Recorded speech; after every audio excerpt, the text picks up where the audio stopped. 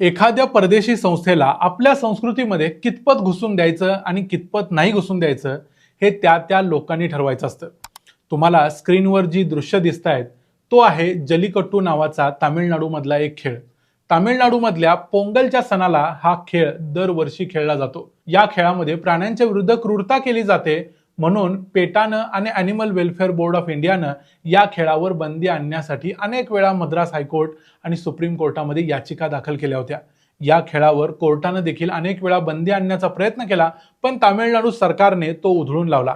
अखेर 7 मे 2014 ला सुप्रीम कोर्टानं या खेळावर कायमची बंदी घातली, पण तामिळनाडूतला हा अतिशय जुना आणि जवळजवळ 2500 वर्षे खेळला जाणारा एक खेळ आहे, तो बंद करायला तिथले लोक तयार नव्हते, तिथलं सरकार तयार नव्हतं। तेव्हा तामिळनाडू सरकारनं 2017च्या जानेवारीमध्ये केंद्र सरकारला हाताशी धरून पंतप्रधानांच्या संमतीने प्रिव्हेन्शन ऑफ क्रुएल्टी ऍक्ट 1960 ला अमेंडमेंट करणारा म्हणजे दुरुस्ती करणारा एक कायदा केला, ज्यामध्ये तामिळनाडूसाठी आणि जल्लीकट्टू या खेळासाठी प्रिव्हेन्शन ऑफ क्रुएल्टी ऍक्ट लागू होणार नव्हता।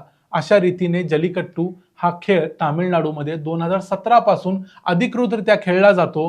पेटाने त्याच्यानंतर देखील परत एकदा सुप्रीम कोर्टामध्ये जाऊन तो बंद पाडायचा प्रयत्न केला, संविधानाचं उल्लंघन होतंय असं सांगण्याचा प्रयत्न केला, पण त्यावेळी सुप्रीम कोर्टाने देखील 2023 मध्ये एक बेंच सेटअप करून सांगितलं की इथं कोणत्याही प्रकारच्या संविधानाचं उल्लंघन होत नाही, कारण प्रिव्हेन्शन ऑफ क्रुएल्टी ऍक्टच जल्लीकट्टू या खेळाला लागू होत नाही। त्यामुळं तामिळनाडूनं पेटाचा संपूर्णपणे पराभव केला आणि आता इथून पुढे कधीही पेटा या खेळाच्या विरुद्ध काहीही करू शकणार नाही। अशा पद्धतीनं पेटासारख्या संस्थेविरुद्ध सरकारनं लढावं लागतं। माधुरी हत्तीनीच्या बाबतीत तो आदर्श आपण तामिळनाडूकडून घ्यावा आणि पुढे जावं असं मला वाटतं। याबद्दलचा एक संपूर्ण व्हिडिओ आम्ही आमच्या द मराठी बाणा या यूट्यूब चॅनलवर केलाय, तो तुम्ही जरूर बघा।